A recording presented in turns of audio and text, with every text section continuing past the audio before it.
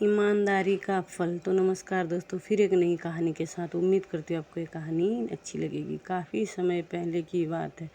प्रतापगढ़ नाम का एक राज्य था। वहाँ का राजा बहुत अच्छा था, मगर राजा को एक सुख नहीं था।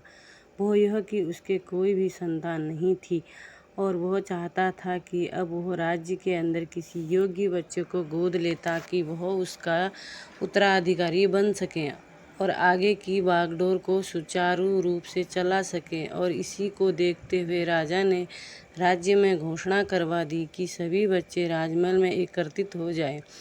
ऐसा ही हुआ।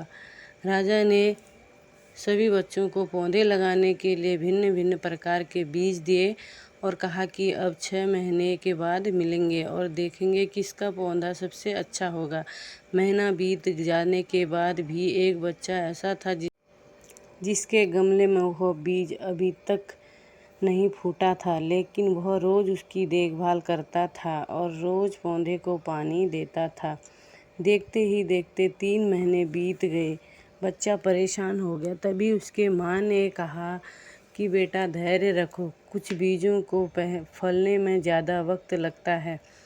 और वह पौधे को सींचता रहा। 6 महीने हो गए। राजा के पास जाने का समय आ चुका था, लेकिन बहुत डरा हुआ था कि सभी बच्चों के गमले में तो पौधे होंगे और उसका गमला खाली होगा। लेकिन वह बच्चा ईमानदार था और सारे बच्चे राजमहल में आ चुके थे। कुछ बच्चे जोश से भरे हुए थे, क्योंकि उनके अंदर राज्य का उत्तराधिकारी बनने की प्रबल लालसा थी। अब राजा ने आदेश दिया, सभी बच्चे अपने अपने गमले दिखाने लगे, मगर एक बच्चा सहमा हुआ था क्योंकि उसका गमला खाली था। तभी राजा की नज़र उस गमले पर गई। उसने पूछा, तुम्हारा गमला तो खाली है? तो उसने कहा, लेकिन मैंने इस गमले की 6 महीने तक देखभाल की है। राजा उसकी ईमानदारी से खुश हुआ था कि उसका गमला खाली है, फिर भी वह हिम्मत करके यहाँ आ तो गया।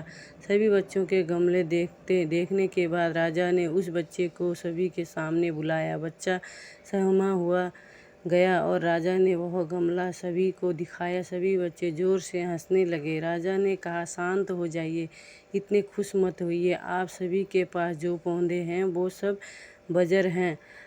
बंजर हैं। आप चाहे कितनी भी मेहनत कर लें, उसके कुछ नहीं निकलेगा, लेकिन असली बीज यही था। राजा उसकी ईमानदारी से बेहद खुश हुआ और उस बच्चे को राज्य का उत्तराधिकारी बना दिया गया। हमें इस कहानी से यह सीखने को मिला, मेरे हिसाब से अपने अंदर ईमानदारी का होना बहुत ज़रूरी है। अंदर हम खुद के साथ ईमानदार हैं तो जीवन के किसी न किसी पड़ाव में सफल हो ही जाएंगे, क्योंकि हमारी औकात हमें ही पता होती है। तो दोस्तों, उम्मीद करती हूँ आपको कहानी अच्छी लगी होगी। लाइक शेयर करना। चैनल पे नया विजिट करोगे तो सब्सक्राइब ज़रूर करके जाना। सब्सक्राइब कर ही देना। हमारे चैनल पे आपको ऐसी मोटिवेशनल वीडियो कहानियाँ सुनने को मिलेंगी। तो मिलते हैं एक आगे प्यारी सी मोटिवेशनल कहानी में।